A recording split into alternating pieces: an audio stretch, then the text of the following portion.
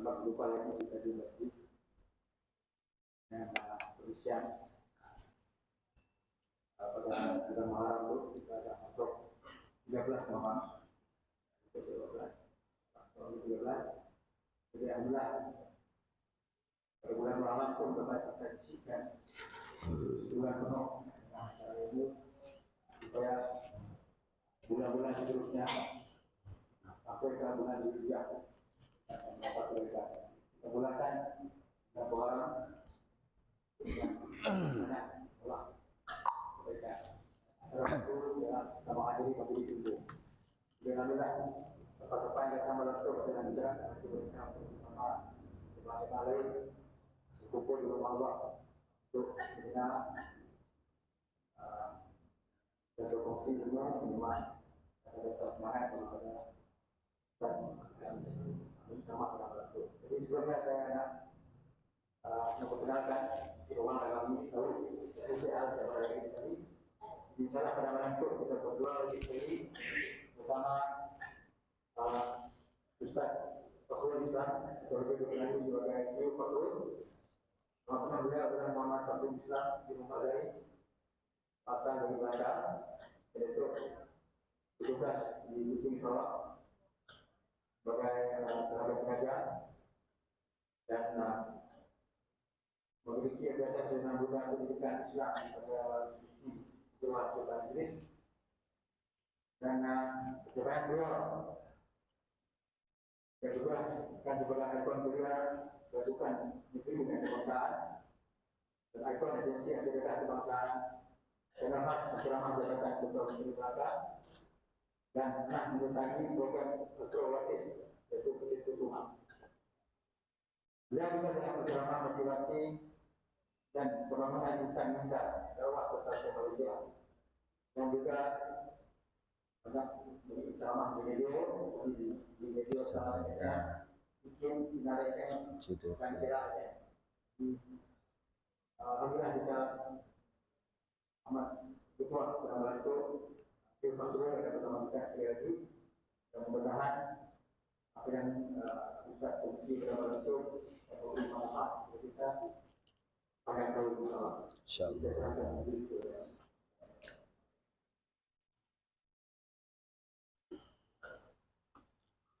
Assalamualaikum warahmatullahi wabarakatuh.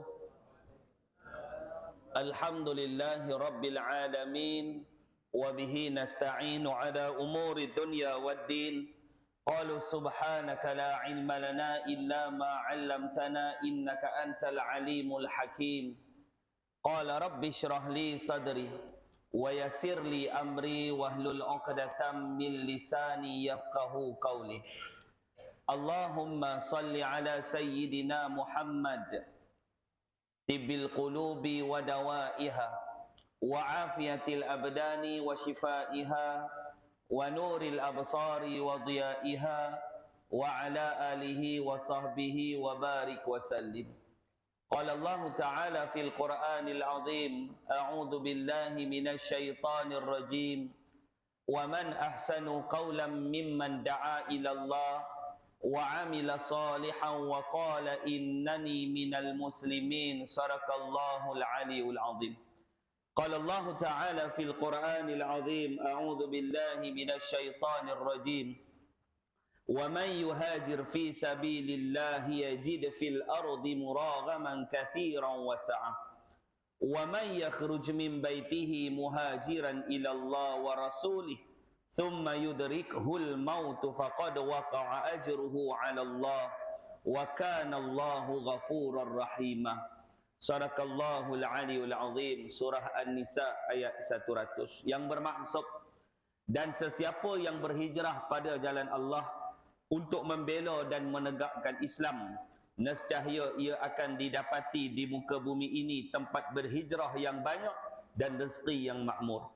Dan siapa yang keluar dari rumahnya dengan tujuan berhijrah kepada Allah dan Rasulnya, kemudian ia mati dalam perjalanan, maka sesungguhnya telah tetap pahala hijrahnya di sisi Allah. Dan ingatlah, Allah Maha Pengampun lagi Maha Pengasihani.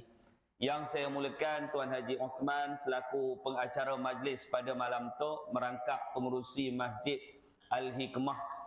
Yang saya hormati Tuan Imam keseluruhan ahli jawatan kuasa pihak pengurusan masjid, keseluruhan pimpinan-pimpinan masyarakat setempat, tuan-tuan haji, puan-puan hajah, Dr. Azman selaku pengurusi puitis juga ada pada malam ini yang merekod kuliah kita pada malam ni. Kalau tuan-tuan nampak ada tiang diri kat tengah tu, tu daripada puitis. Jadi kejap lagi Dr. Azman dia pusing kamera tu dekat tuan-tuan, jangan tuan-tuan tidur sudah. Buat malu kaum tuan-tuan. Yang saya hormati kepada keseluruhan ahli qaryah. Saya ingat malam ni semua orang muda lah ya. Orang kampung muda, muda Hashim. Masya Allah, patut datang semua muda-muda, alhamdulillah. Yang saya hormati kepada tuan-tuan dan puan-puan, muslimin, muslimat, ibu-ibu, bapa-bapa, abang-abang, adik kakak yang saya hormati sekalian. Alhamdulillah kali ketiga saya ingat saya hadir ke masjid ni. Betul Haji Osman? Ke kali kedua? Oh, 4. Oh, kali keempat. Oh, kali keempat. Kali keempat saya hadir. Ingatkan kali kedua, kali keempat. Jadi alhamdulillah diberi sekali lagi peluang pada malam ini untuk kita sama-sama mengeratkan silaturahim. Kita menghabiskan masa kita sementara isyak, menunggu isyak. Jadi kita bersama-sama pada malam ini mendengar sedikit mau'izah peringatan. Mudah-mudahan ada manfaat kita bersama. Allah Ta'ala sebut dalam Quran, wa dzakir fa inna dzikratan fa'ul mu'minin. Berikanlah peringatan kerana peringatan itu ada manfaat bagi orang-orang yang beriman. Mudah-mudahan apa yang kita sebut pada malam ni tuan-tuan mesti ada yang dah pernah dengar, ada yang ustaz lain telah mengupasnya, tetapi yang kita nak bukan kupasan itu, yang kita nak adalah sentiasa diperingatkan tentang kebaikan. Mudah-mudahan, amin ya rabbal alamin. Di dalam satu ayat yang dibacakan tadi dalam surah An-Nisa, ibu-ibu, ayat yang 100. An-Nisa ni surah untuk orang perempuan. Dalam Quran dia ni banyak surah. Ada 114 surah yang ada di dalam Al-Quran. 114 surah, dalamnya ada 30 juzuk Al-Quran. Dalam 30 juzuk ada sebahagian yang menyatakan 6,666 ayat. Ada yang menyatakan banyaklah kehebatan-kehebatan dalam Quran. Dalam surah Al-Baqarah itu sendiri ada lebih kurang 7 keistimewaan cerita terbesar yang disebutkan oleh Allah Subhanahu wa taala dalam Quran, dan ini surah yang ketiga di dalam Al-Quran, iaitulah surah An-Nisa ayat 100. A'udzu billahi minasy syaithanir rajim. Wa man yuhajir fi sabilillah yajid fil ardi muragaman kathiran wasa' wa man yakhruj min baytihi muhajiran ila Allah wa rasulih thumma yudrikuhul maut faqad waqa'a ajruhu 'ala Allah wa kana Allahu ghafurar rahima. Dan siapa yang berhijrah pada jalan Allah, untuk apa dia berhijrah pada jalan Allah? Kata Allah, yakni membela dan menegakkan agama Islam. Nescaya akan dapati di bumi ini tempat berhijrah yang banyak dan rezeki yang makmur. Dan sesiapa yang keluar dari rumahnya dengan tujuan berhijrah kepada Allah dan Rasulnya, kemudian ia mati dalam perjalanan, maka sesungguhnya tetap pahala hijrahnya di sisi Allah. Dan ingatlah, Allah Maha Pengampun lagi Maha Mengasihani.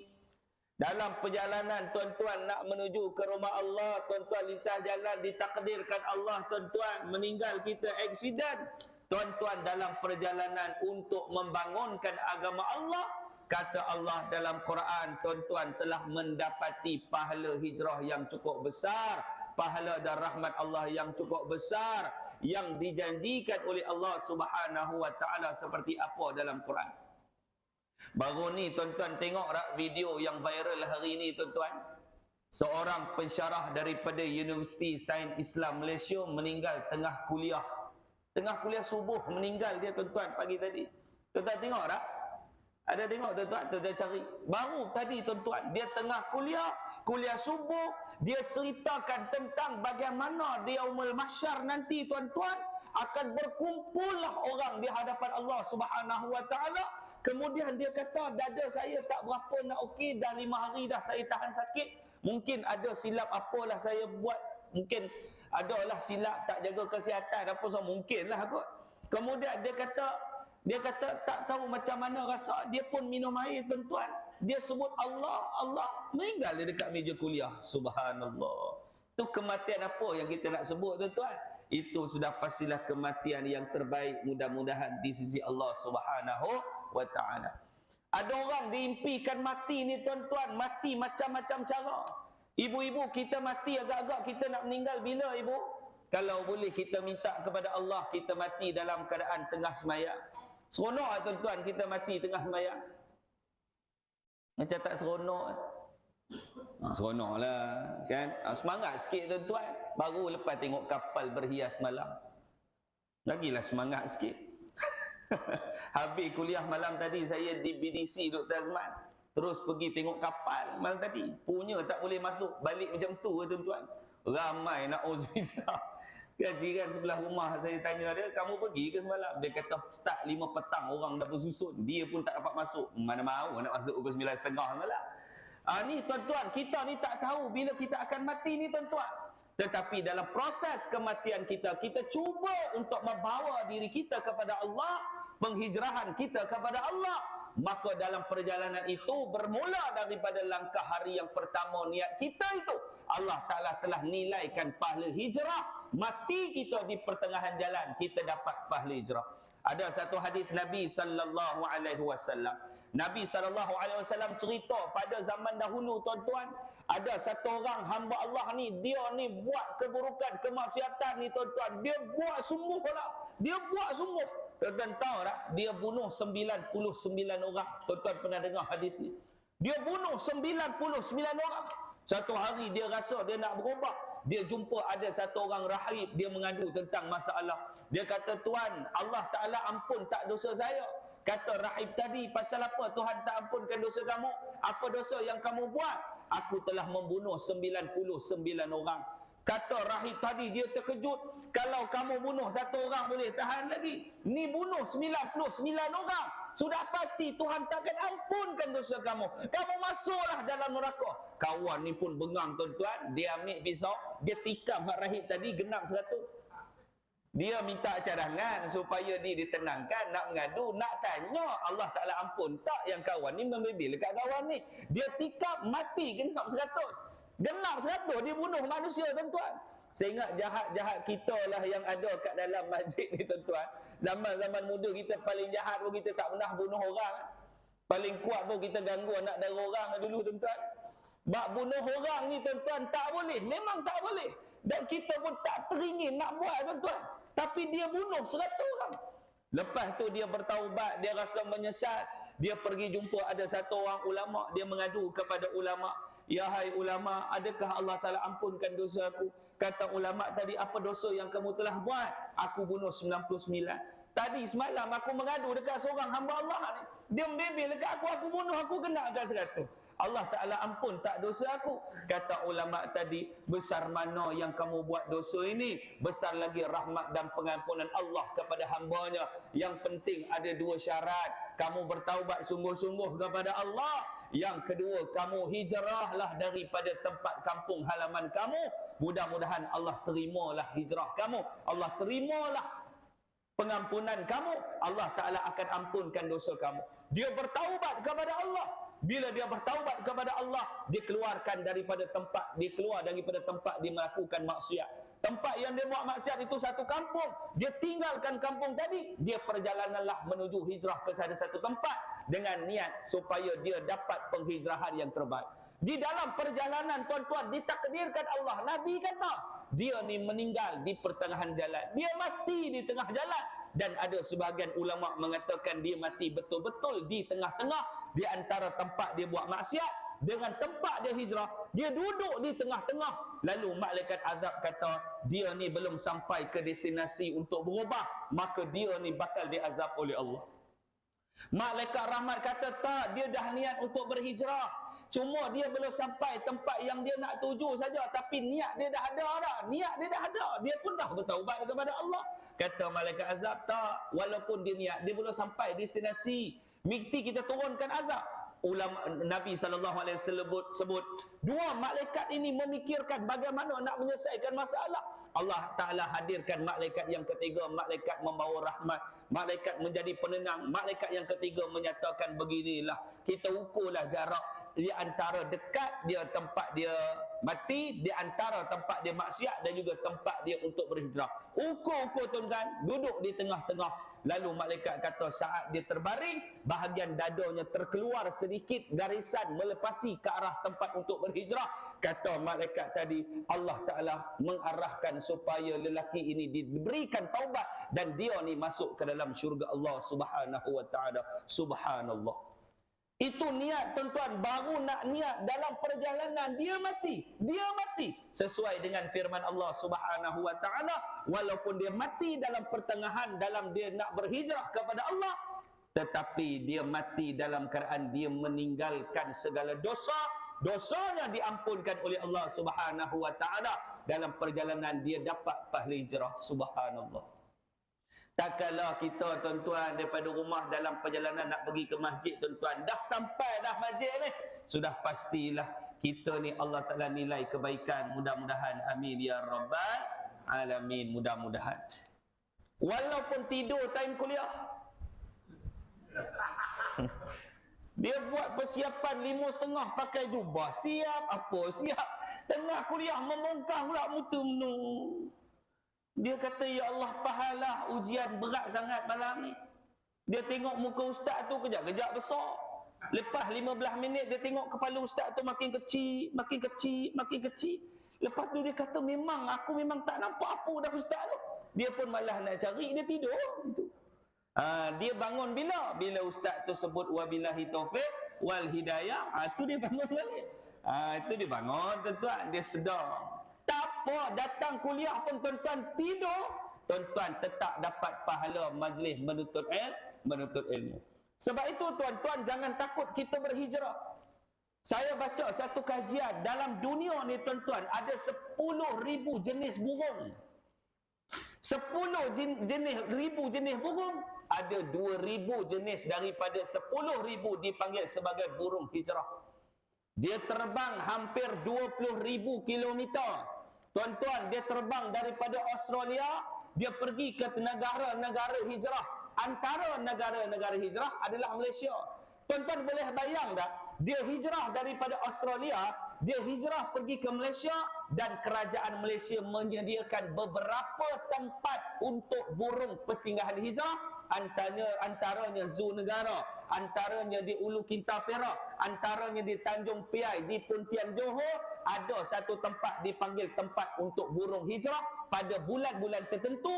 Masuk saja bulan-bulan tertentu yang dipanggil burung hijrah akan sampai, kerajaan menyediakan tempat penginapan untuk burung-burung ini dan menyediakan makanan yang secukupnya untuk burung-burung ini. Maknanya tuan-tuan, burung pun hijrah dapat rezeki. Takkanlah manusia hijrah ni dia tak ada langsung rezeki daripada Allah. Burung pun dapat rezeki tuan-tuan. Tuan-tuan kenal penyu tak? Penyu. Tuan-tuan nak tengok penyu, tuan-tuan tengok pergi di Terengganu. Saya pergi di Terengganu, dia orang bawa di pusat penetasan penyu satu. Dia kata, ustaz, ada satu penyu punya spesies, dia akan turun di Terengganu ustaz, 40 tahun sekali dia akan mendarat. 40 tahun sekali tuan-tuan, penyu ni. Saya kata, selama tu dia pergi mana? Dia kata, di kajian dia buat 40 tahun dia akan mendarat di Terengganu, dan kerajaan Terengganu membinakan rumah untuk penyu dan dia akan bertelur di situ. Lepas dia bertelur, dia akan tinggalkan dia punya telur dan dia masuk 40 tahun lagi kemudian penyu yang tu juga akan datang bertelur lagi. Itu proses. Hijrah ada tempat untuk dia. Kerajaan buat tempat untuk dia. Buat pusat penjagaan. Maknanya penyu yang berhijrah 40 tahun sekalipun Allah Ta'ala jaminkan rezeki untuk dia. Takkanlah kita hijrah ni tuan, cuma orang kita ni malas nak hijrah itu sahaja. Tidak. Nabi SAW, Allah Ta'ala kata hijrahlah ke bumi Madinatul Munawwarah. Ada tuan-tuan pernah dengar riwayat Nabi merungut kepada Allah? Ada tuan-tuan? Aku mendengar Nabi SAW bercakap seorang-seorang, ya Allah, kenapalah pergi ke Madinah? Bukan ada siapa dekat Madinah tu. Tak ada tuan-tuan. Nabi kata sami'na wa ata'na. Kami dengar dan kami akur, kami buat apa yang Allah Ta'ala suruh. Walaupun kami tak ada tempat penginapan, walaupun kami tak ada kenalan di sana, walaupun kami tak ada kaum kerabat. Bila Allah Ta'ala kata hijrah, maka hijrah. Nabi Muhammad dan sahabat dia hijrah. Sampai di sana Allah Ta'ala aturkan penginapan, makanan dan tempat ada untuk umat Islam hari ini. Dan akhirnya disebabkan penghijrahan itu, maka orang kampung Muda Hashim ini menjadi orang Islam. Sebab apa? Rezeki hijrah Nabi Muhammad sallallahu alaihi wasallam. Sebab Nabi hijrahlah hari ini kita orang Islam. Sebab Nabi hijrahlah yang ceramah malam ni Muhammad Fakhrul Islam. Kalau Nabi tak hijrah, agak-agak kita Islam ke tuan-tuan? Belum tentu. Silap-silap yang ceramah malam ni Raja Gopal anak lelaki. Kan? Meriam lah tuan-tuan. Mu tak faham apa tuan-tuan. Tapi sebab Nabi hijrah lah. Sebab Nabi hijrah. Hari ini kita merasai nikmat agama Islam. Sebab itu kita sayangkan Islam. Kita sayangkan Nabi SAW. Kita sayangkan perjuangan agama. Kita nak sama-sama untuk membawa agama di dalam diri, dalam keluarga dan masyarakat kita. Hari ini tuan-tuan, macam-macam yang berlaku dekat Malaysia ni. Hari ini tuan-tuan perasan tak? Baru-baru ni tuan-tuan dengar ada satu ajaran baru. Nama ajaran itu ajaran hak organ. Dia panggil ajaran hak, al-haq apa tu? Dah hak apa benda tu? Ishaq. Ishaq. H-U-L-K nak? S-I? His hak. Si hak. Si hak. Saya panggil hak organ. Hak organ tuan-tuan. Dia kalahkan Stone Cold, saya ingat lagi tu. Dahsyat ni hak organ. Kan? Dulu zaman arwah atuk saya, dia minat sungguh lah dengan wrestling ni. Dia minat tuan-tuan. Saya dulu zaman-zaman saya baru nak membesar tu, membesar dengan The Rock lawan Stone Cold dulu. Tu tak ingat tak? Tu champion tuan-tuan. Stone Cold dia tendang kot tengah, dia paling kot ni tuan-tuan. Memang tak bangun dah hamba Allah. Nak ceritakan tu zaman wrestling. Seronok tengok orang pakai spender dulu ni. Walaupun badan kita tak berapa nak berketak, tengok badan orang berketak kita jadi kagum tu. Tu zaman The Rock, Stone Cold, Hulk Hogan punya zaman. Mick Mohan ni ingat dia lawan dulu. Tu kita cerita tajuk lain tuan-tuan. Kita bagi tajuk satu tajuk nanti. Tajuk kita Wrestling WWE, insya-Allah kuliah maghrib satu hari nanti. Baik, bila kita bicarakan tentang perjuangan, ada orang dia tak boleh nak ikut apa yang Nabi acuh. Tak boleh. Nabi kata berimanlah kepada Allah dan berimanlah kepada aku. Dia kata Allah itulah Nabi Muhammad dan Nabi Muhammad itulah Allah. Jenis tak mengaji Quran, tak baca hadis ni masalah bukan seorang.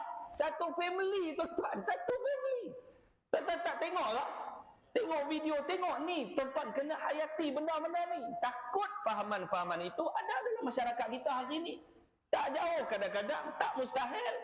Orang Sarawak pun terikut dengan ajaran ni. Tak mustahil. Ada. Tak mustahil. Minggu lepas saya ceramah dekat Melaka tuan-tuan. Saya ceramah dekat Jasim. Cerita pasal ajaran ni. Habis dari itu Datuk tu kata, Ustaz, pengikut ajaran Ishaq tu Ustaz, ada dekat kampung sebelah. Sudah tuan-tuan.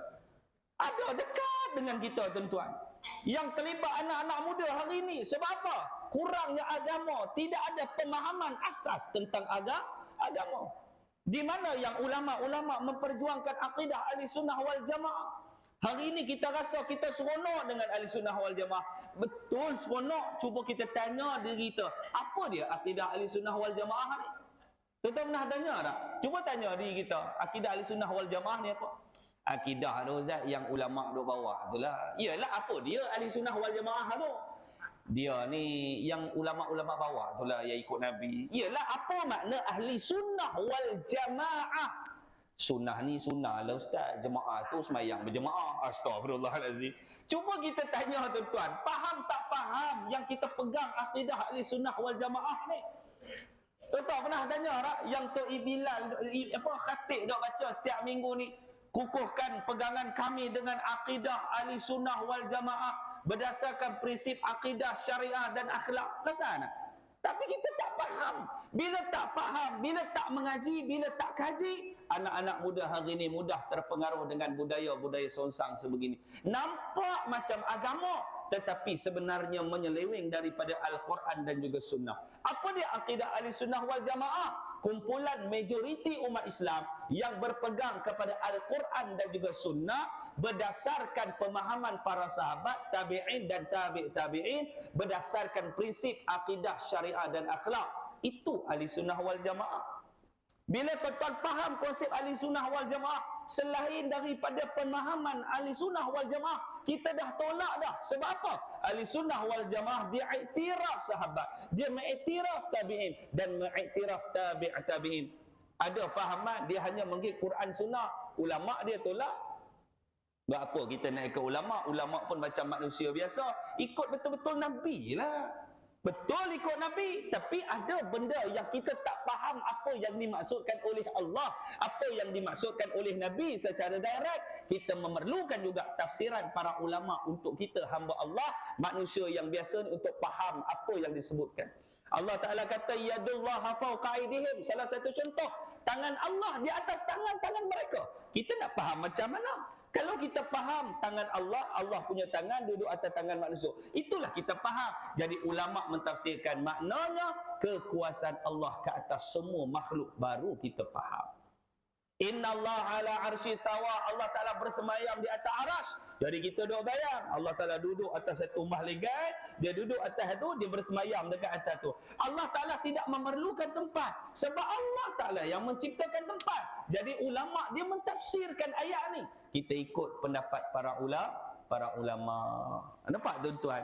Sebab itu ahli sunnah wal jamaah dia satu tafsiran yang cukup berat, yang wajib untuk kita faham dan kukuhkan sungguh-sungguh ke dalam jiwa kita, supaya kita tidak terpeleset daripada ajaran yang nampak macam Islam, tetapi sebenarnya dia adalah ajaran yang sesat. Nampak macam Islam, nampak macam agama, tapi belum tentu dia adalah agama Islam.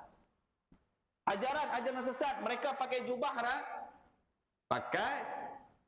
Dia mengamalkan sunnah tak? Pakai celak tak? Pakai. Ibu dia pakai celak, ibu. Macam kita bawa balik Mekah tu. Tobalnya celak tuan-tuan, semangat balik Mekah. Nak buka mata pun susah. Duk begini. Apa hal kamu kat tipa? Celak. Parak punya susah nak buka mata. Sebab apa? Celaknya tebal. Mereka pun mengamalkan sunnah, tetapi pemahaman akidah yang menjadi tunjang hari ini. Ini yang menakutkan kita tuan-tuan. Nak membawa agama, nak proses penghijrahan, bukan dia mudah, dia berat. Dan Nabi membayar perjuangan itu bukan hanya dengan wang ringgit, tapi Nabi membayar perjuangan agama kita ini dengan darah tuan-tuan, dengan pandian peluh mulianya Nabi SAW. Sebelum Nabi pergi ke kota Madinah, Nabi pergi ke Taif. Taif ni tuan-tuan, daripada Mekah nak pergi ke Taif 160 km. Tuan-tuan kalau ada pengalaman pergi ke Taif, ada tuan-tuan yang ada pengalaman pergi ke Taif, pergi umrah, ikut travel yang ada ziarah ke Taif, ada tak? Cuba angkat tangan sikit ayah-ayah, abang-abang yang pernah haji kan? Jauh je tak? 160 km. Saya ingat daripada haji, daripada kampung Muda Hashim pergi ke mana 160? Ada Sri Aman. Sri Aman Nabi jalan kaki. Tuan-tuan ikut Pan Borneo. 2 jam setengah sampai, 3 jam.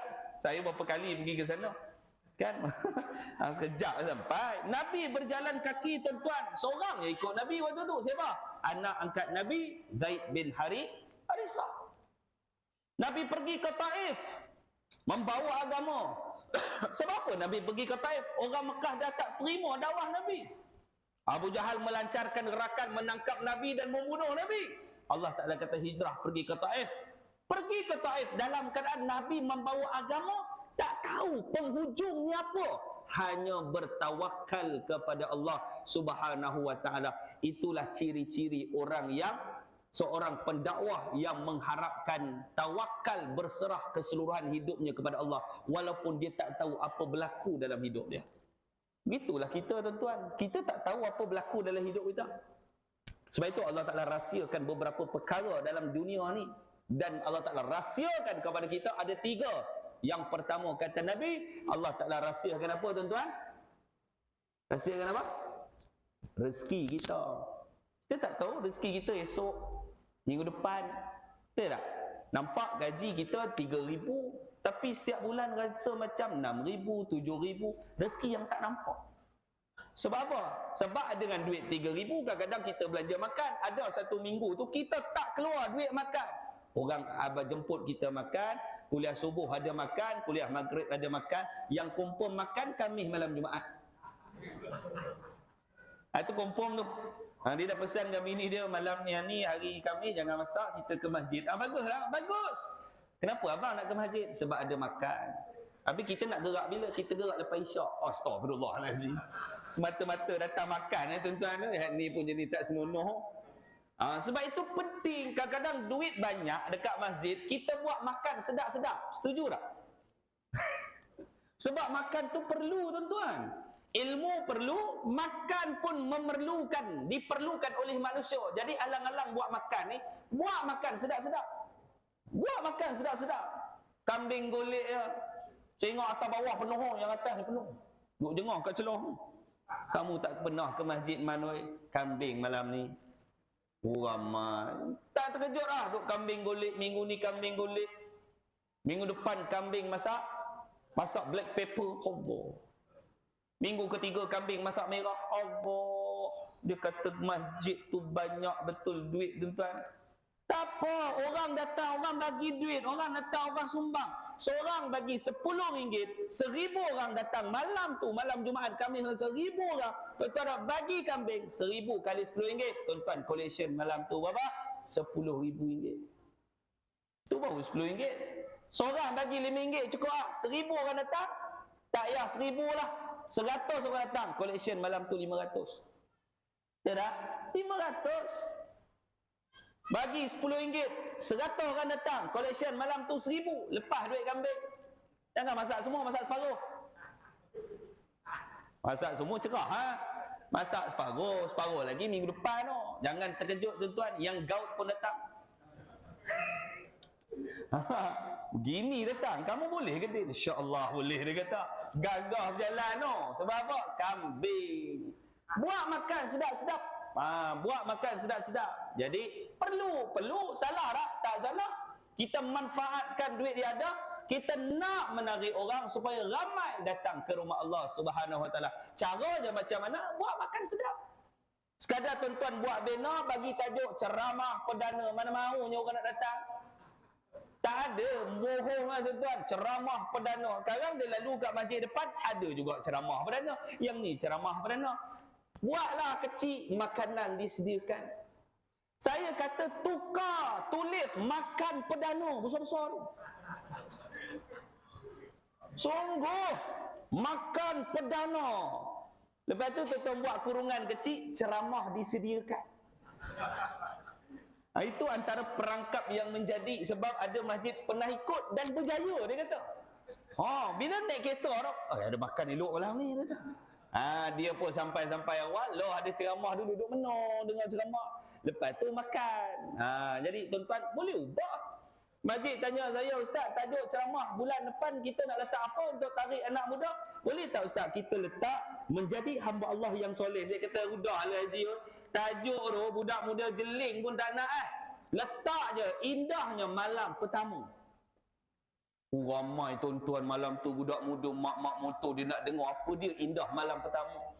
Malam tu kita ceramah indahnya malam pertama dalam kubur. Yang budak duduk depan dia kata kat kawan, silap pula datang malam ni. Aku ingatkan tajuk apa Ustaz nak cerita. Tapi yang penting kita dah menyampaikan dakwah. Kita nak objektif kita nak orang datang ke masjid. Kita buat benda yang berlainan. Tuan-tuan biasa buat forum malam, jom lepas ni masjid kita buat forum subuh perdana. Di Semenanjung saya biasa dapat jemputan kuliah forum subuh perdana. Pernah last kali dulu saya ceramah dengan Tok Adi Tanah Kubur. Forum berdua. Dah lama.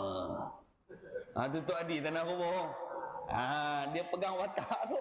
Tapi saya respect dengan Tok Adi Tanah Kubur tuan-tuan. Walaupun dia ni pelakon, tetapi dia punya tarbiyah diri dia tuan-tuan memang cukup power tuan-tuan. Dia kata, Ustaz, saya berubah disebabkan saya berlakon Tanah Kubur. Saya pun tanya dia, Haji. Saya kata, Haji Adi, saya kata, Haji Adi, kenapa Haji Adi berlakon kat Tanah Kubur? Kampung tu je masalah, tak ada kampung lain. Tiap-tiap minggu kampung tu kena belit ular lah, muka corek lah. Betul tak? Saya kata dekat dia, Haji, cubalah tukar sikit. Janganlah tiap-tiap minggu orang kena azab. Buatlah tiap-tiap minggu mati beriman, barulah orang seronok. Ni minggu depan kena belit ular. Betul tak? Minggu depan satu makan aksiden di jalan raya, mati, muka berulat. Lah cubalah mati tu kuburnya bercahaya ke. Buatlah sikit jadi orang seronoklah nak mati tu. Kan betul tak? Objektif tu kena ada. Sebab itu tuan-tuan muslimin muslimat, nak membawa agama ni bukan senang. Dan membawa agama bukan kerja saya seorang. Bukan kerja saya, maknanya bukan kerja ustaz, bukan kerja penceramah saja, kerja kita semua. Apa yang tuan-tuan termampu membawa untuk agama, silakan. Saya boleh bercakap, saya membawa agama dengan cara bercakap. Tuan-tuan tak pandai bercakap, tuan-tuan membawa agama dengan tutur kata, dengan pakaian, dengan tingkah laku, itu lebih besar manfaat. Tidak? Kadang-kadang orang kerja biasa tetapi dia boleh membawa agama Allah, mengingatkan Allah tentang kematian, mengingatkan Allah tentang mengingatkan orang tentang kematian. Itu lebih baik daripada orang yang boleh bercakap dekat masjid dan surau. Kita sekadar mengajak malam tuan-tuan menjadi orang yang baik. Tuan-tuan ada nak ikut, tak nak ikut. Tetapi tuan-tuan kadang-kadang driver bas tuan-tuan lagi mengingatkan orang tentang kematian. Dia bawa bas daripada Kuching, dia pergi ke Miri tuan-tuan, dia tekan 180 km. Begini-gini kita buat Allahu Akbar, Allah ya Allah, Allah mak. Dia ingatkan kita tentang kematian lebih banyak daripada ustaz bawa jemaah ingat tentang kematian. Sepanjang jalan astagfirullahalazim, subhanallah ya Allah, ya Allah, ya Allah. Dia lagi banyak ingatkan kita tentang kematian daripada kita yang berceramah ni ingatkan tentang kematian. Macam-macam cara. Tuan-tuan boleh berdakwah dengan pakaian, mengamalkan pakaian sunnah Nabi. Tak? Jubahnya dengan kayu suginya. Aduh. Tuan-tuan, kayu sugi ni sunnah. Tapi kadang-kadang kita yang saya pernah nampak yang pakai kayu sugi sebelum sembahyang baguslah ada bismillahirrahmanirrahim. Dia meludah yang tak seronok tu. Tui katanya Allah. Kita tengok kayu tu terpelanting kat tikar sejadah kita. Kita tengok, aku nak sujud kejap lagi ni, nampak tuan-tuan. Ni pun jenis pengotor pun masalah juga tuan-tuan. Kita dah bawa image ikut sunnah, jadi kita jaga sunnah yang kita bawa. Tuan-tuan boleh berdakwah dengan serban. Tuan-tuan pakai serban lah. Pakai serban. Tak? Pakai serban. Tuan-tuan boleh berdakwah dengan apa? Dengan percakapan. Ibu-ibu, bercakaplah. Cakap apa kita nak cakap. Tapi kita bercakap mengikut adab dan tutur kata. Itu kita menggunakan konsep dakwah. Sebab itu kata Said Qutb di dalam kitab Fi Zilalil Quran. Dia kata sesungguhnya hakikat dakwah itu lebih hebat daripada alam semesta. Apabila alam ini bangun dan bangkit menentang kepada seorang pendakwah yang jujur kepada Allah, alam ini akan hancur dan musnah, dan pendakwah dan orang yang didakwahkan akan terus subur dan kekal sampai hari kiamat. Jadi tuan-tuan, kita semua adalah pendakwah. Letak dalam hati, ya Allah, rupanya aku pendakwah, ya Allah, baru aku tahu, ya Allah, aku pendakwah. Keluar daripada surau, kita dah plan apa yang kita nak bawa image agama dalam diri kita. Keluar daripada surau, kita nak tengok apa aku nak buat ni. Fikir. Nak tolak tu imam ke tepi ke? Tak boleh kata. Aku Fatihah pun tak apa nak lepas. Nak tolak Tok Bilal aku suara pun tak best. Jadi apa aku nak buat? Tunjuk imej Islam. Tuan-tuan, susun selipar kat luar masjid pun dah besar rahmat lah. Ada satu orang OKU.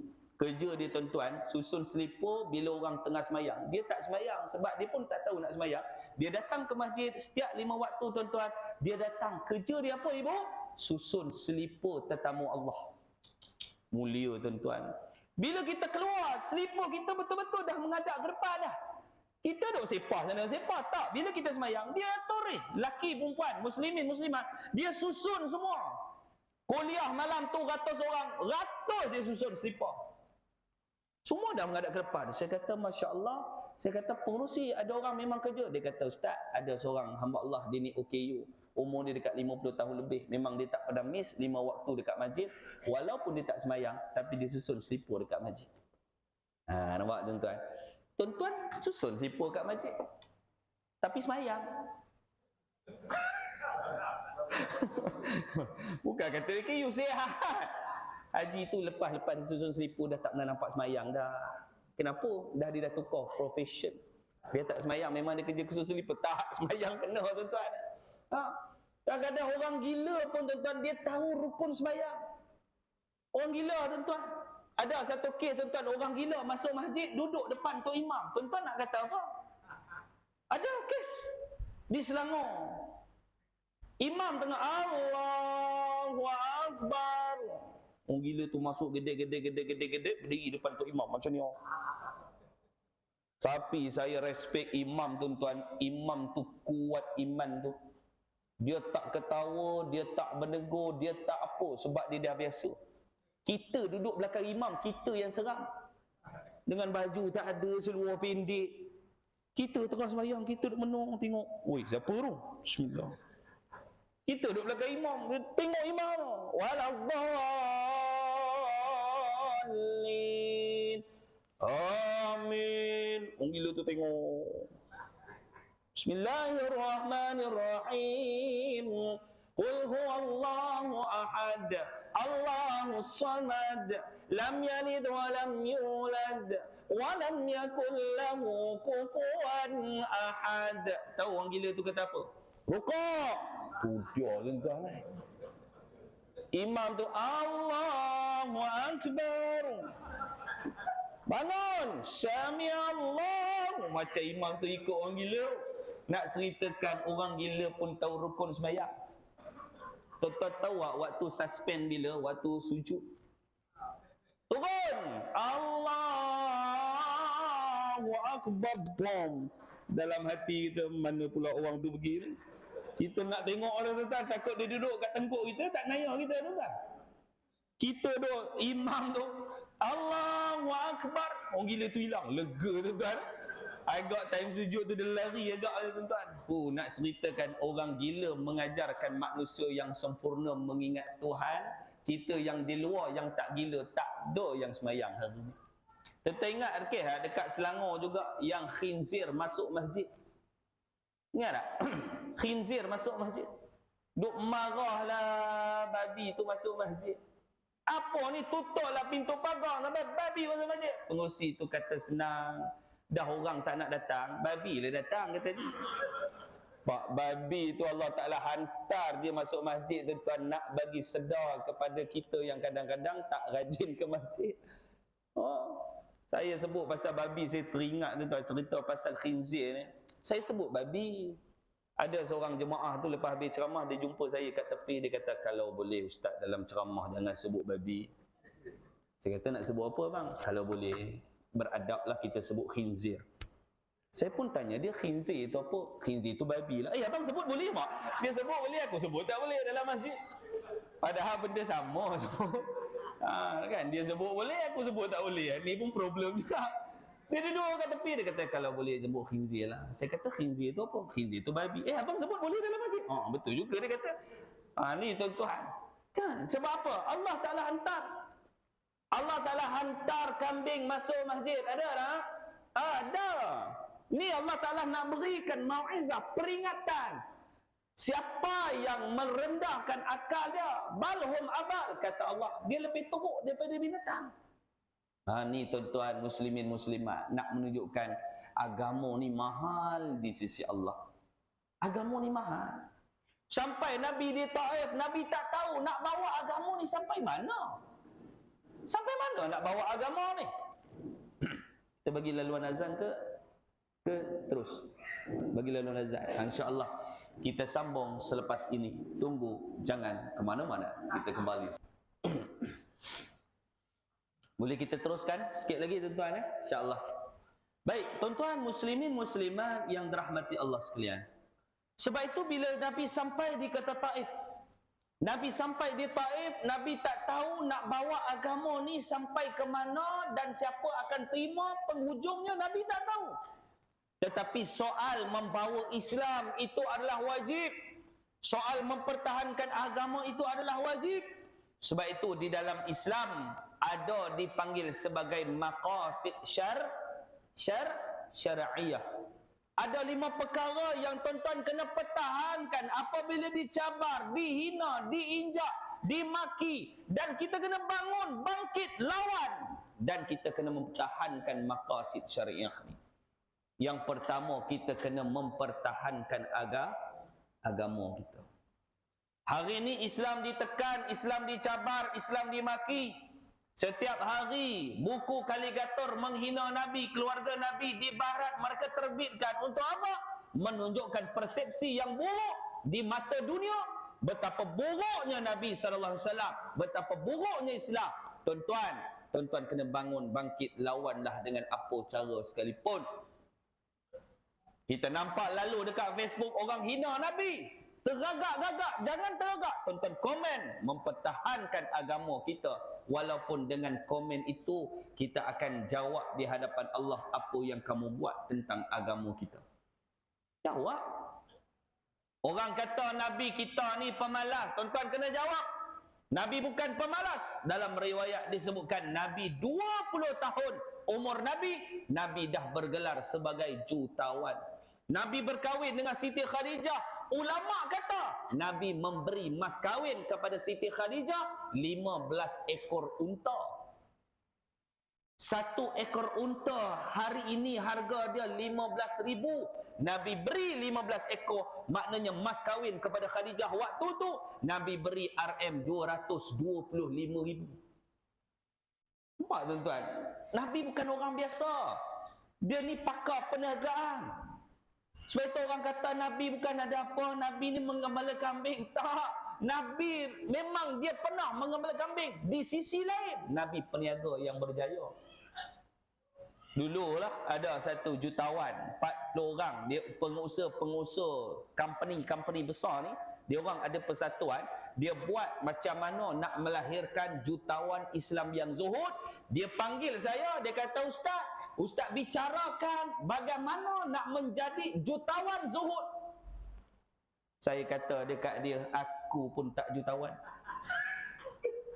Saya kata, yang ceramah pun bukan jutawan. Yang pengarah tu kata, tak apa Ustaz ceritakan bagaimana. Yalah betul juga. Dia kata, yang ceramah ni pun bukan jutawan. Kita kawan saya jutawan ramai. Tapi kita ni bukan jutawan. Saya kawan dengan orang kayu ni ramai tuan-tuan.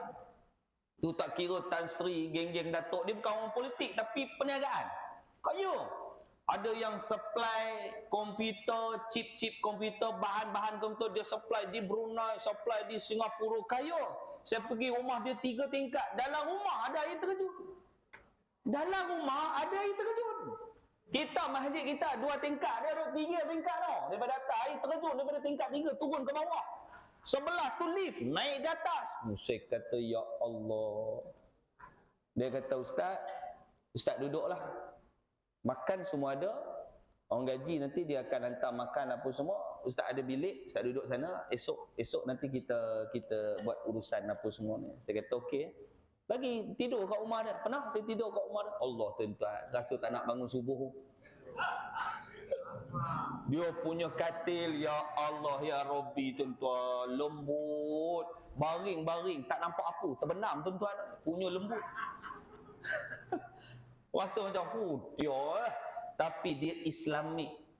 Waktu azan ada speaker kat setiap masjid, dengar Pak Gad dia tu azan kat bilik Gad tu azan. Gad tu bagus. So kuat-kuat dia azan. Allahu Akbar, Allahu Akbar. Kalau ada tuan-tuan yang berada dalam rumah sila bangun. Oh sudah tuan-tuan, bangun kita. Oh, tapi tuan-tuan kaya.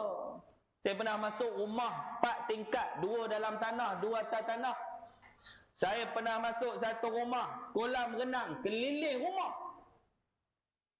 Kita bangun pagi tuan-tuan, buka pintu sliding, terjun kat kolam, pusing boleh tawah rumah. Dia punya kolam renang keliling rumah. Nak cerita tuan-tuan, tu jutawan. Kalau boleh Ustaz ceramah berkaitan dengan macam mana nak melahirkan jutawan. Yang ceramah ni pun bukan jutawan. Saya duduk termenung. Yang paling syok dia tanya berapa nak bayar. Tu syok. Yang tu syok. Kalau boleh Ustaz bagikan sebut harga lah untuk kita buatkan urusan pembayaran. Saya kata berapa aku nak letak sebab yang jemput ni jutawan. Saya pernah dibayar satu slot setengah jam 4,000. Saya pernah. Saya kat Semenanjung saya pernah dibayar 5,000 untuk 45 minit. Pernah. Tu geng-geng orang kaya kalau jemput tu syok. Kalau boleh tiap-tiap minggu, nak tak jemput lagi minggu depan saya kata. Kalau boleh kita buat slot jutawan kedua lah, jutawan Zuhud sesi kedua. Nak ya tuan-tuan lah. Oh kaya tuan-tuan. 4 kali ceramah dengan orang kaya cukup lah tuan-tuan, 20,000. Kerja pun tak sampai 3 jam sebulan. Tuan-tuan, sebab apa tuan-tuan? Ni Allah Ta'ala aturkan rezeki masing-masing. Rezeki masing-masing. Saya pernah dibayar dengan sehelai kertas. Habis kuliah, dia bayar Ustaz, terima kasih. Salam. Buka-buka, terima kasih Ustaz. Datang lagi. Allah. Termenung sekejap dalam kereta tuan-tuan. Nak tunjuk dekat Petronas tak laku kertas tu, nak tuang minyak. Tapi itulah rezeki kita. Dah Allah Ta'ala aturkan macam tu, jangan kita minta. Duk WhatsApp pengerusi. Tak ada ke duit minyak? Astagfirullahaladzim. Ada jenis macam tu. Ada jenis. Yang ada pula jenis risau, bendahari tak datang malam tu, lagi risau. Yang faham-faham, tak faham sudah. Saya bukan cerita pasal tuan-tuan, cerita pasal kami ni. Kami ni, pendakwa-pendakwa ada jenis berkira, ada. Risau. Pengurusi kata, Alhamdulillah Ustaz, setelah bendahari malam ni tak sempat datang. Merah muka. Saya kata takkan ambilin kot, aku tengah kering ni. Ada jenis macam tu. Ada kadang-kadang saya minta ganti ceramah saja. Minta ganti ceramah. Bukan orang biasa. Saya telefon selebriti. Ustaz-ustaz selebriti, saya telefon. Tolong ganti ke aku, hujung minggu ni aku tak dapat Majlis Agama Islam jemput ceramah. Satu soalan dihantar kat saya. Berapa bayaran? Terus saya blok tuan-tuan. Terus saya blok. Sebab kita bukan cari makan dengan ceramah ni. Ceramah ni sekadar kita nak menghiburkan pentas dakwah. Kita nak bagi orang kenal, bagi orang faham, bagi orang cerita pasal agama. Kita nak sampaikan mesej kita adalah satu. Sebab itu tuan-tuan, tak boleh cari makan dengan ceramah. Tak boleh. Betul tak? Bila kita cari makan dengan ceramah, kita akan setting harga. Tu yang ada orang setting harga. Kalau boleh kena berhubung dengan saya punya pembantu lah. Sebab pembantu yang merukannya, siap pembantu habis lah Dr. Azman. Dia cah habis tu. Kalau boleh lah dengan flight ni satu harga. Lepas tu hotel pun penceramah perlu. Dan hotel tu tak nak yang hotel yang tak ada bintang ya. Kalau boleh paling minimum 4 bintang. Sudah tuan. Masjid tu kutipan Jumaat 300. Penceramah tu letak 5,000. Tak termenung masjid tu tuan-tuan. Dia termenung, penceramah termenung, semua termenung. Ni pun masalah. Saya ingat lagi ada satu YB, dia sponsor saya dekat Kuantan, Pahang. Dia kata, Ustaz, saya bagi Ustaz first class hotel. Hotel harga 800 satu malam. Ustaz duduk. Dia ingatkan saya datang dengan isteri.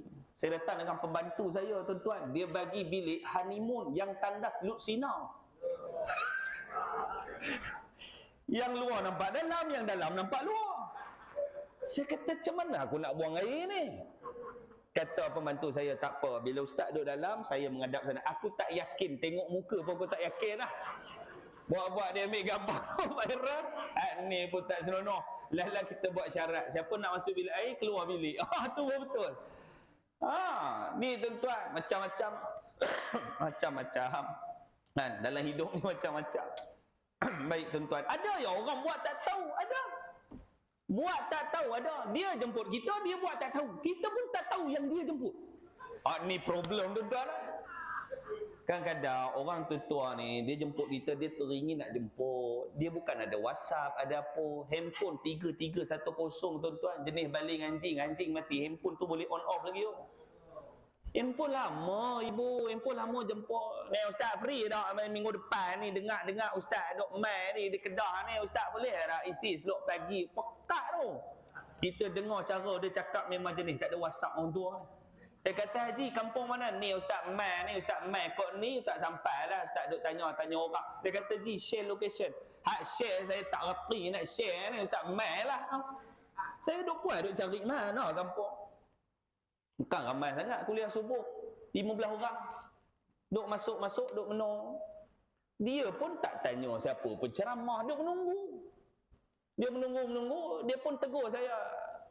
Minta seorang buka tirai. Allah, dia suruh buka tirai orang perempuan. Dalam hati aku pula yang kena ke aku ceramah ni?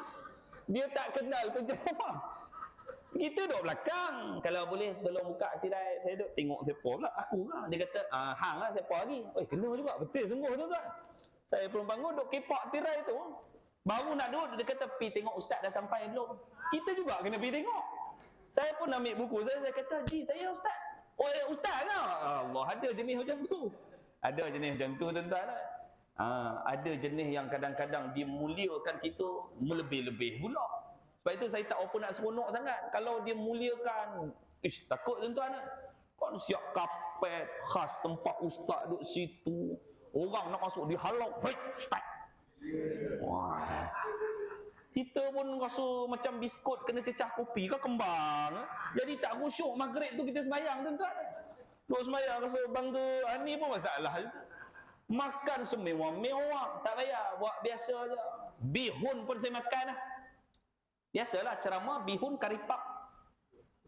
Masjid tak tahu nak fikir minum apa, bihun karipap.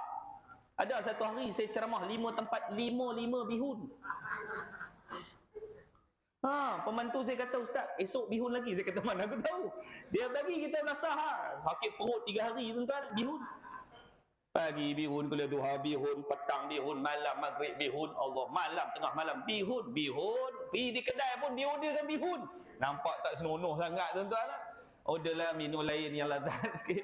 Tapi itulah kemampuan tahap itu. Jadi kita raikan bersama. Ada kadang-kadang saya ceramah kat madrasah tahfiz, dia cium tangan depan belakang. Ada. Ustaz. Basah habis tangan. Kalau duduk kolom batu cincin pun ada tuan-tuan. Sok cium. Kita tu bawa kereta tu, mana pula batu cincin aku hilang. Agak tertelan budak. Ni pun satu masalah tuan-tuan. Kita bukan Habib, kita bukan darah Nabi. Kita manusia biasa. Anggap biasa je. Saya jenis, kalau budak-budak saya anggap je lah saya ni abang-abang kamu, nasihat seorang abang. Tapi kalau dia muliakan bagus sebagai seorang guru, tapi kadang-kadang melampau-lampau, tu yang tak syok. Kita jadi segan, kita jadi macam tak layak lah. Ada satu tempat saya pergi, makcik tu datang, dia suruh gaulkan nasi. Tuan-tuan nak cakap apa? Kita nak makan ni, nak ambil berkat ustaz, minta gaulkan makcik nasi.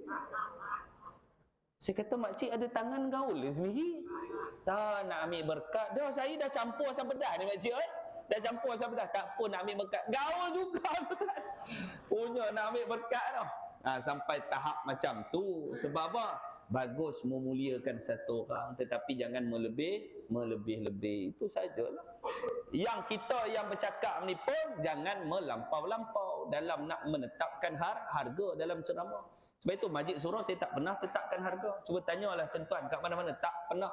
Bila tak tetapkan harga, pengurusi dia tahulah kena bagi sikit duit minyak kat ustaz. Betul tak? Betul tak? Kita dah fikir macam tu. Paling kurang pun 100 kan, 150. Ustaz Tumai pada mana? Ya, Ustaz Tumai pada Miri tuan-tuan bagi 50, macam tak padan juga. Sebab kita mengikut. Sebab kita bijak semua. Kan? Dan penceramah pun bijak semua. Jadi kita tuan-tuan sama-sama kita menggunakan medan dakwah ini dengan dasar ikhlas supaya dakwah itu sampai bersama. Itu saja. Kan?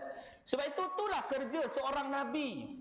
Tidak ditawarkan oleh Allah harta, tetapi Arab jahiliyah dia tawarkan harta, tawarkan perempuan, tawarkan rumah yang besar. Sedikit pun Nabi tak letak dalam hati, tetapi Nabi memilih untuk gerakan susah dalam agama. Nabi pergi ke Mekah, Nabi tak naik burak, Allah Ta'ala tak hantarkan burak. Boleh Allah Ta'ala hantarkan burak, sebagaimana Nabi Isra wal Mi'raj Allah Ta'ala bagi Nabi. Tapi kenapa Allah Ta'ala tak bagi Nabi dalam peristiwa hijrah? Allah Ta'ala nak menunjukkan betapa susahnya agama nak sampai kepada kita. Dia memerlukan dengan pengorbanan, kecekalan, dan paling tinggi adalah kesabaran. Dengan kesabaran dia akan menutup kesedihan, dia akan menutup ketakutan. Bila seorang itu sabar dengan agamanya, dengan dakwahnya, maka dia akan atasi kehidupannya dengan hebat dan jayanya. Begitulah Nabi nasihatkan kepada Abu Bakar As-Siddiq radhiyallahu anhu. Saat hijrah bersembunyi dalam gua menggeletar Abu Bakar As-Siddiq, Rasulullah kata, la tahzan, innallaha ma'ana, la takhaf wa la tahzan. Wahai Abu Bakar, jangan takut, jangan kamu sedih. Innallaha ma'ana, Allah bersama dengan kita. Tuan-tuan, ada orang kadang-kadang dia takut hidup dia susah. Dia ada pangkat, dia takut hilang pangkat. Dia kaya, dia takut miskin. Dia takut. Tuan-tuan kena ingat, biarlah semua itu adalah aturan daripada Allah Subhanahu wa Ta'ala. Allah Ta'ala atur dalam hidup kita ni cantik, tuan-tuan. Allah Ta'ala bagi tuan-tuan sakit pun satu rahmat, kata ulama. Bayangkan Allah Ta'ala bagi kita sihat. Syok tak, tuan-tuan? Syok tak? Syok tak? Syok. Tapi Allah Ta'ala takdirkan kita ni ada sakit. Umur 50, cek. Allah, kencing manis pula dah. Nampak tak? 50. Waktu tuan-tuan umur 30, cek klinik, doktor kata ni bukan kencing manis, yang ni kencing orang. Dia kata sebab kuat kencing orang. Masuk umur 50, kencing manis. 51, darah tinggi. Masuk 53, buah pinggang, lemah jantung, 3 serangkai. Dok makan ubat darah tinggi sampai kiamat. Kawan saya di pergi klinik, dia ada darah tinggi, dia tanya doktor, saya kena makan ubat ni sampai bila? Doktor kata sampai kiamat. Termenung hamba Allah. Termenung hamba Allah. Dia kata bila kiamat? Dia kata aku tak tahu, mungkin 40 tahun lagi, 50. Kena makan, kena darah tinggi, ubat darah tinggi. Allah Ta'ala uji dia. Allah Ta'ala uji kita apa, tuan-tuan? Susah dalam hidup kita. Tak semewah macam orang lain. Perasan tak? Orang lain tiap-tiap tahun beli kereta, tiap-tiap tahun tukar motor, tiap-tiap tahun beli perkakas dapur mewah-mewah, beli sofa setiap raya, lori sofa masuk. Oh, kita tu lah kursi 40 tahun pakai zaman dulu. Duduk bocor ke bawah, duduk ketuk balik lah. Betul tak? Tak mampu nak beli, tapi bahagia. Anak-anak tak komplain, isteri tak komplain, suami tak komplain. Rumah kecil tapi bahagia. Daripada rumah besar tapi lupa Allah. Satu rumah tak semayang. Ada tak? Ada. Saya ceramah dekat KL. Saya teringat, tuan-tuan, ceramah dekat Kuala Lumpur, ada seorang budak umur 22 tahun. Datang dekat saya, dia kata, this is my first time I dengar ceramah. Ui. Ayah dia England, mak dia orang KL. Mix. Speaking, this is my first time I dengar ceramah. Rupanya ceramah ni seronok. Saya kata, siapa ceramah? Siapa kata dengar ceramah tu seronok? Ceramah ni seronok. Yalah ustaz. Tapi ustaz, I masuk sini baru I belajar buat semayang. I umur 20 tahun. Dah sejak I balik umur 11 tahun, I tak pernah semayang. Saya kata, ayah kamu tak semayang? I pun tikar sejadah kat rumah pun I tak pernah nampak. Tuan-tuan nak kata apa? Tak pernah nampak tikar sejadah. Dan I nak maklum pada ustaz, I setiap balik umur 11 tahun sampai umur I 22 tahun sebelum masuk sini, saya tak pernah mandi wajib ustaz daripada dulu. Mak tak pernah tanya, ayah tak pernah tanya. Tu realiti hari ini masyarakat kita, tuan-tuan. Yang kita berjuang kat dalam masjid mempertahankan agama, tapi masyarakat dekat luar, tuan-tuan, jauh daripada agama. Tugas kita nak bawa dia orang kembali kepada agama. Bukan kerja kita dalam ni saja, tuan-tuan. Slot agama bukan sekadar ini. Slot agama untuk tuan-tuan, tugas membawa agama untuk tuan-tuan di lapangan sana. Kita nak mengajar orang dekat pada agama. Tugas kita. Kita rasa kita balik kuliah maghrib, balik kuliah isyak, alhamdulillah, mati pun puas hati malam ni. Dia seorang macam tu. Tapi kerja kita untuk masyarakat, kita kena buat. Akak-akak macam mana nak tarik jiran sebelah dekat dengan agama? Kita tak pernah tengok jiran sebelah kita datang sembahyang. Kita tak pernah tengok jiran kita sembahyang. Jom kita cari jalan macam mana. Kadang-kadang minta maaf, rumah sebelah masjid tak pernah sampai masjid. 20 tahun, rumah sebelah masjid, keturunan anak-anak semua tak pergi masjid. Ada tuan-tuan. Pengurusi tanya saya, dia kata, Ustaz macam mana Ustaz ada cadangan? Saya kata senang, speaker masjid letak atas zinc rumah dah. Kan sebelah kan, bumbung pun hampir-hampir letak speaker, letak atas zinc. Azan, dialah orang pertama dengar, pun tak sampai juga. Sebab apa? Allah Ta'ala tak pilih dia tuan-tuan. Allah Ta'ala tak pilih, tapi Allah Ta'ala boleh pilih tuan-tuan. Tuan-tuan boleh start kereta daripada rumah, keluar sempang, jalan kaki, risiko nak kena langgar malam tadi, betul tak? Ada duk ngelak kereta, kereta elak dia elak kereta, kereta elak motor, motor elak dia. Sebab apa? Nak sampai kat masjid ni. Niat satu, untuk membawa agama. Kita keluar nanti tuan-tuan, kerja kita kat lapangan dengan agama. Di tempat kerja pun tugas kita, bukan di tempat kerja pun tempat kita. Tuan-tuan pergi Kubah Ria pun kerja dakwah untuk tuan-tuan. Tuan-tuan pergi dekat mana, waterfront ke, kerja kita untuk membawa agama. Masuk waktu solat, walaupun kita tak ajak orang sendiri kita solat, cakap saja kuat-kuat dengan anak, jom kita sembahyang, orang mesti dengar. Dah masuk waktu, jom kita sembahyang. Itu juga dakwah. Tidak tak? Dalam perjalanan jangan tuan-tuan perli pula orang. Apa ni meniaga sampai tak sembahyang? Cakap pula kuat-kuat. Tidak tak? Anak nak beli nugget, nak beli sausage. Jom ambil ni sausage 2 ni. Jom cepat, kita dah masuk waktunya, jom kita sembahyang.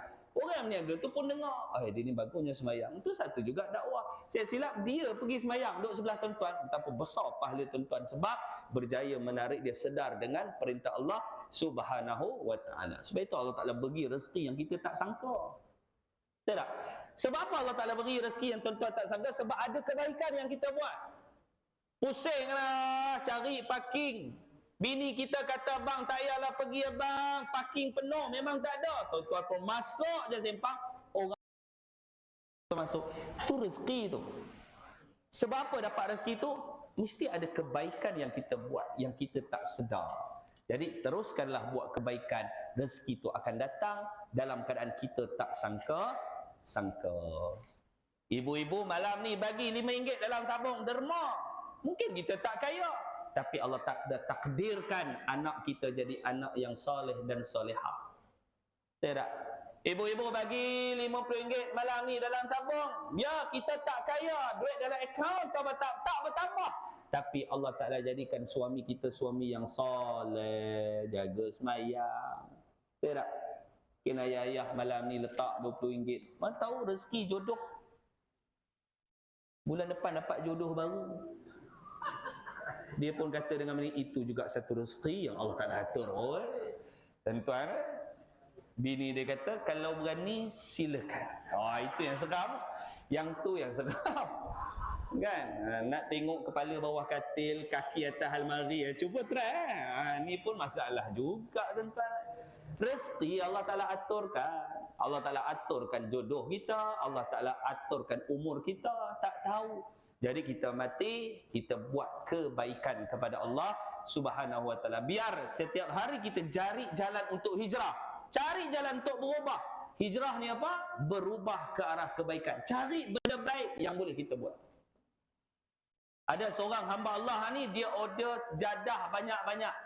Ada? Di Semenanjung, kawan saya, dia order sejadah banyak-banyak. Contoh, dia order dekat Shopee 100 keping sejadah. Sampai di rumah, duduk sejadah yang ada gambar Kaabah yang cantik tu. Sekarang ni, warna hitam tu, ada gambar Kaabah tu. Dia order banyak. Setiap kali dia sembahyang, lepas subuh, dia akan bawa sejadah tu pergi dekat masjid-masjid tempat dia sembahyang. Dia akan bentang dekat, minta izin untuk imam, bentang dekat tempat imam. Sekali dia letak, imam sembahyang 5 waktu sehari semalam, bertahun-tahun sejadah tu digunakan, dia ni pahala berjalan. Subhanallah. Tapi kena semayang lah.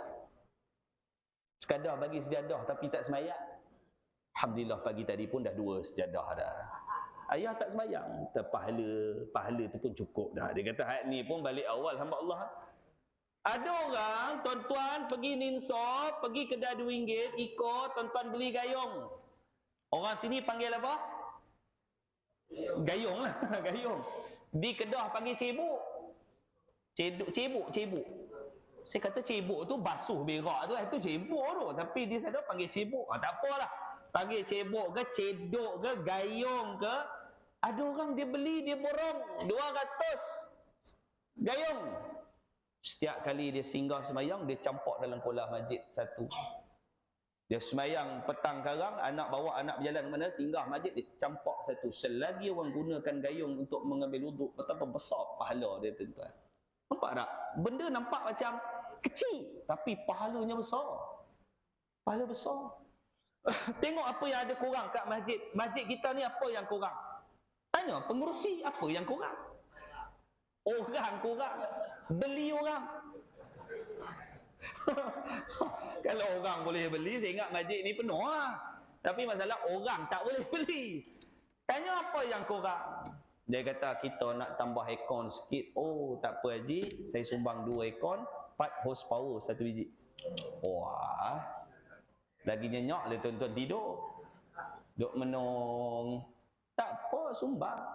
Ada orang diam-diam. Sebab itu masjid surau tuan-tuan tampal je bil Haji Osman tampal bil air, bil elektrik tampal je dekat paparan. Tampal je. Mesti ada orang transfer, jangan risau.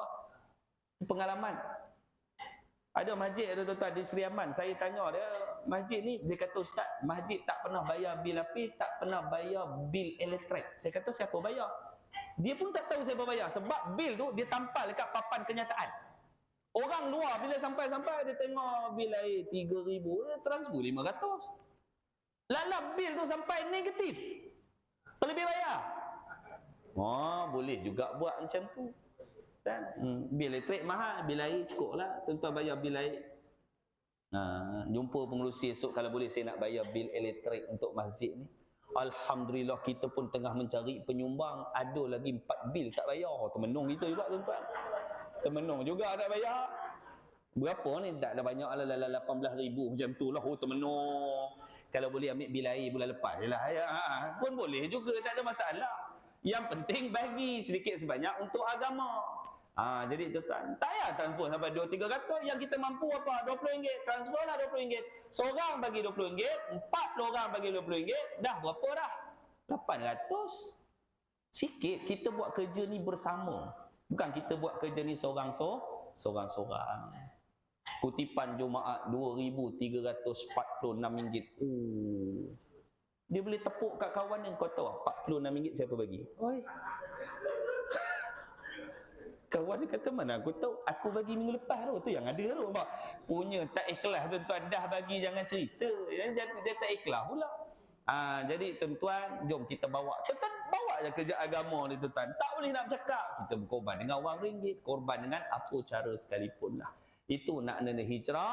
Kita cuba untuk membawa perubahan daripada biasa kepada yang baik ataupun kepada yang baik dan kepada yang lebih baik. Mudah-mudahan insya-Allah. Saya ingat cukuplah sekadar itu saja. Dah 8.40 tuan-tuan Ui. Kalau 8.40, tuan-tuan jangan balik, ada solat isyak. Ada orang dia kata dah habis isyak ni balik. Tak, kita sembahyang dulu. Jadi saya ingat cukuplah sekadar itu saja.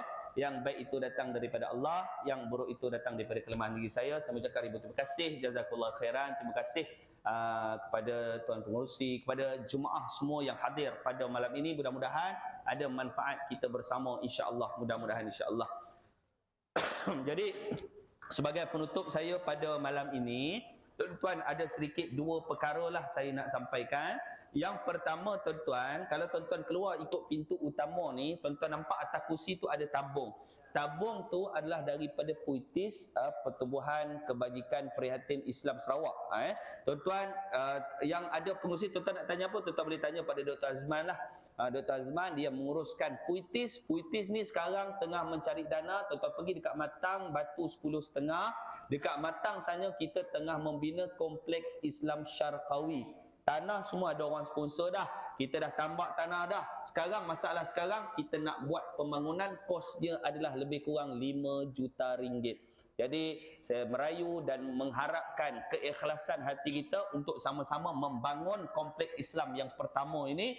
Dan tuan-tuan, insya-Allah satu hari tuan-tuan boleh belajar dekat sana, anak-anak tuan-tuan pun boleh belajar dekat sana. InsyaAllah kita buat perkampungan Islam di sana. Dan ada orang, Allah yarham, telah sponsor tanah dah.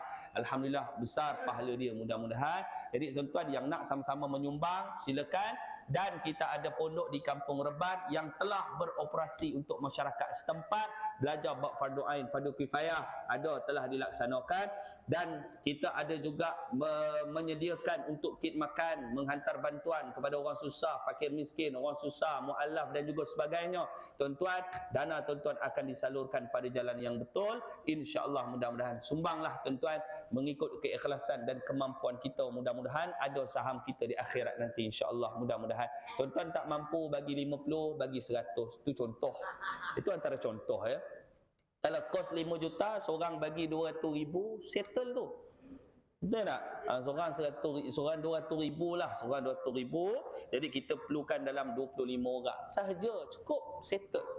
Lepas tu dia kata pula, ustaz bagi dulu. Itu kita terbenung juga tuan-tuan. Duit pun tak sampai 100,000. Jadi ikut kemampuan. Ikut kemampuan. Ya. Jadi mudah-mudahan ada manfaat kita. Yang kedua, macam biasalah, macam sebelum-sebelum ini, tuan-tuan yang teringin nak dapatkan minyak wangi, tuan-tuan boleh dapatkan nanti di luar. Minyak wangi kasturi original.